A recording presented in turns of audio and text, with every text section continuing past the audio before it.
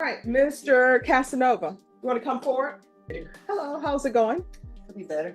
All right, so my understanding you want to represent yourself? All right. Things are about to get wild in this courtroom. A man walks in saying he's not the legal fiction named in the charges.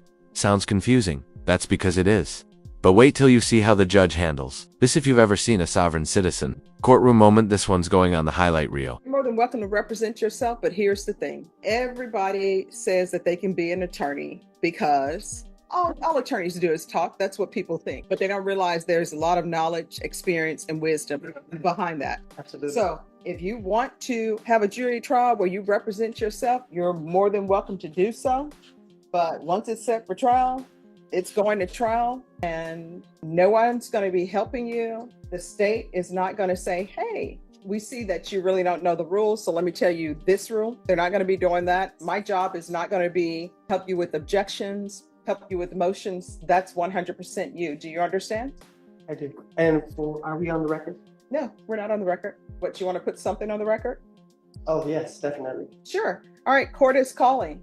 2024 CR 2974, State of Texas Vector versus Hector Kasanova. Can I have parties announced for the record for the state? And are you Hector Kasanova? No, for the record, I am the flesh and breathing. What you're hearing is a classic sovereign citizen argument. He's trying to separate his physical self from his legal identity, something courts never accept. Ever wonder how judges stay calm when someone pulls this? Let me know in the comments if you could keep a straight face. Man, I'm here on a special appearance to clarify any misunderstanding. I am not the legal fiction known as Hector J. Casanova that is on the information there.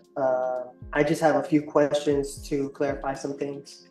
All right, so if you would like to clarify some things, then the person I need to speak to is the flesh and blood man known as Hector Kasanova. Yes, I'm the flesh and blood man, Hector Kasanova Jr. All right, so you are Hector Casanova, correct? I am Hector Kasanova Jr., the flesh and breathing man. All right, well, I'm glad you're breathing. So what did you want to place on the record? Well, first, I don't understand the charges that are being brought against me. There are some clarifications I do want to. All right, so just 1 second, but before we get to that, have you been given a copy of the indictment? No, I have not. All right, so we're going to get you a copy of the indictment. Just give me a moment. All right, have a seat. We're going to come back on the record with this. The judge just dropped a brutal analogy. Representing yourself in court is like performing surgery on yourself in the desert with no tools, no backup, and no clue. It's dramatic, sure, but the message is clear. Go in alone, and you risk bleeding out legally. Deputy Laura, do you know if he's been served with the indictment yet? I'm not sure. All right, thank you. All right, so we're back on the record in 2024 CR 2974, State versus Hector Casanova. All right, Mr. Casanova, here's the thing, and I want you to hear me clearly, right? I am not your attorney. The document that has been given you is a copy of the indictment. I'm not to give you information about your indictment. That's the indictment. That's what we're here for. So any questions that you would have about that indictment, you're going to have to answer those for yourself. Otherwise, the person who will be telling you about what the indictment means and what the numbers are, that will be an attorney. Do you understand? I do not understand. Oh, what that means is, for example, we can go off the record. I'm giving you a hypothetical. All right. Let's say you needed surgery and you're in the middle of the wilderness. You need surgery and you tell me and you tell the doctor, guess what? I'm performing this surgery on my own. I don't need you. I'm walking out of the hospital. I'm going to go in the desert. Now, maybe the doctor would try to stop you and do other things. But if you go in that desert by yourself, don't tell the doctor where you are. You take a scalpel out in the desert by yourself. You don't get to call the doctor and say, hey, I'm in the middle of the desert performing surgery. I'm going to be my own anesthesiologist. I'm doing all of this. How do you do this? Because they're not going to tell you. It's the same thing here. You're saying that you do not want to be represented by an attorney. Let's be crystal clear. Once you say you're representing yourself, the court won't help you. You don't get legal coaching from the judge or the state. Casanova keeps saying, I don't understand. And at this point, neither does the court. You want to represent yourself. So that motion, that indictment I'm not to tell you anything about what that indictment is. The state is not to tell you, oh, this is what this indictment means. This is the range of punishment. Those are things that you're supposed to do. Do you understand? I still don't understand. All right. So just have a seat. This is what's going to end up happening. You're going to have an attorney. That attorney is going to come over to the court right now. You're going to speak to that attorney. After you speak to that attorney, we're going to go forward. Ms. Ferguson, can you call manage to sign counsel and let them know that we need an attorney over here? And that attorney will talk to you. That attorney will tell you what that indictment means. That attorney will tell you the range of punishment. Do you understand? I still don't understand. All right. Well, I don't know how I can further make you understand. Are we on the record? Yeah. All right. Norma, get someone from manage to sign counsel here, please. All right. Just have a seat and we're going to have an attorney come down. All right. I would like to ask some questions on the record, if I may, while I have your time here. Oh, no. Let me just tell you, you'll have my time till 5 o'clock because that's how long we're here. What is going to end up happening is an attorney from manage to sign counsel is going to come down. Do you understand? I do not understand because I don't feel like I am needing an attorney because I'm here to represent myself as the flesh and breathing man, Hector Kasanova Jr. Let's see. All right, so let the record of the court show that I, Hector Kasanova Jr. Stop. Sorry. All right, we're on the record. So what did you want the record to reflect?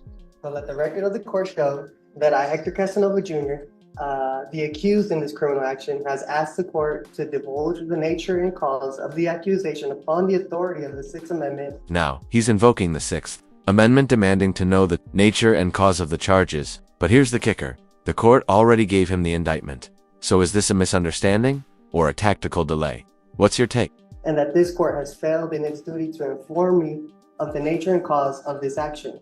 Furthermore, let me stop you. Mr. Casanova, let me ask you a question. Have you been given a copy of the indictment? I believe so, yeah. All right, so let the record reflect that Mr. Casanova has been given the copy of the indictment. And the copy of the indictment, it tells him what he is charged with. You may continue. Now, these charges, are they civil? Is this a civil charge or a criminal charge? All right, that is something that if you had an attorney to represent you, they would be able to tell you. What the court can tell you is that you are in a felony court and this is a criminal court. Okay. So, this being a criminal, let the record of the court show that the action against me is criminal action. My following question would be, the Constitution grants this court two types of criminal jurisdiction. Criminal jurisdiction under the common law and criminal jurisdiction under the admiralty or military tribunal. In which of these two jurisdictions is this court operating under common law or admiralty law? That line straight out of the sovereign citizen playbook. But let's set the record straight. This is a standard criminal courtroom in Texas, not a ship at sea. There's only one kind of jurisdiction here, criminal. Does this court intend to try me? All right, so this is what is going to happen, Mr. Casanova. Someone from manage to sign counsel is going to come over and you can speak with them or not speak with them. But the questions that you are asking the court are not, some of them are not in any shape, form, or fashion related to the fact that you're in a criminal district court. Do you understand? I do not understand. Okay. But I don't think you'll be violating your oath of office if you did your duty under the Constitution. I am not seeking legal advice. What I want to know is legal intent. Mm-hmm. I have the right to appear as myself in my own person without a licensed attorney. In order to intelligently defend myself, I need to know the jurisdiction this court is operating under. Mm-hmm. Let's see. So therefore, will you please answer the question so that way this court is properly identified? All right, you're in the 187 District Court. It's a criminal court. You're on the 4th floor. Thank you. This Constitution grants this court two types of criminal jurisdiction. Criminal jurisdiction under the common law and criminal jurisdiction under admiralty. All right, I'm going to stop. Counsel, I'm sorry, Mr. Casanova, in the human flesh. I'm going to stop you right there. What is going to end up happening, I want you to hear me clearly. An attorney is coming over for manage to sign counsel, period. That's it. So have a seat. Managed assigned counsel will come over. Do you understand? Yes or no? I do not understand. All right. Do you understand what it means to take a seat? I do understand. All right. So take a seat. Yes, ma'am. Thank you. Of course. Right. We're going to go back on the record in 2024 CR 2974, State versus Hector Kasanova. Mr. Kasanova, if you'll come forward. All right. So Mr. Kasanova, Mr. Bonk is going to be your standby counsel. And that's someone that if you have questions, you can ask him legal questions or what you may have. Thank you for your consideration. All right. And he informed me you wanted to place something on the record? Yes, for the record, I wanted to make it known that I'm here on special appearance. And here comes the emotional bombshell. He says he's appearing under threat, duress, and coercion. But here's the reality. If you don't show up to court, you do get a warrant. That's not coercion. That's how the law works. Under threat, duress, and coercion. All right. Who threatened or coerced you to come to court? The county of Texas. How so? Well, if I don't come here, then warrants will be placed, which I will be kidnapped and held hostage, and I do not want that. So that's why I'm here under special appearance to clarify any misunderstandings and to let it be known where I stand on the record. Okay. Is there anything else? I said everything that needed to be said. Okay. All right. So what we're going to do is we're going to recall your case in 1 month. It's going to be a discovery setting. So that's to make sure that you have all the information that the state has concerning your case. Do you understand? I do understand. All right, Ms. Ferguson, if I can have a 30-day reset for Mr. Kasanova, and after you receive all the discovery, then the next setting is going to be up. So what happens next? The judge resets the case for 30 days, so both sides can exchange evidence. After that, it's plea deal time, or jury trial. Will Kasanova double down on representing himself or finally accept legal help? Stay tuned. This courtroom saga isn't over. Plea deadline date. The state will tender an offer to you at the next setting. And then I'll give you your plea deadline date, and you can accept the state's offer, come to an agreement or not. If you're unable to come to an agreement at that time, it'll be scheduled for jury trial. Thank you, Ms. Boyd. You're welcome. Any other questions? I have no further questions. All right. So Ms. Ferguson is going to give me a date, and then you'll sign it. Mr. Bonk will sign it to signify when you're to come back. All right. I appreciate your time. All right. You're welcome. And thank you for dressing appropriately for court. What date, Ms. Ferguson? All right. So we'll be back on July 29th. All right. Once you sign the reset form, you'll be excused. Yes. If something were to come up and I need to maybe reschedule that date, is that a possible thing to come up ahead of time? You'll need to speak to the court coordinator, and they will let you know. I will tell you the rescheduling of cases. Are you in the hospital? You're not in the hospital. You need to be here. Okay. You understand? So pretty much no excuse, be here. Yes. All right. Thank you. Thank you.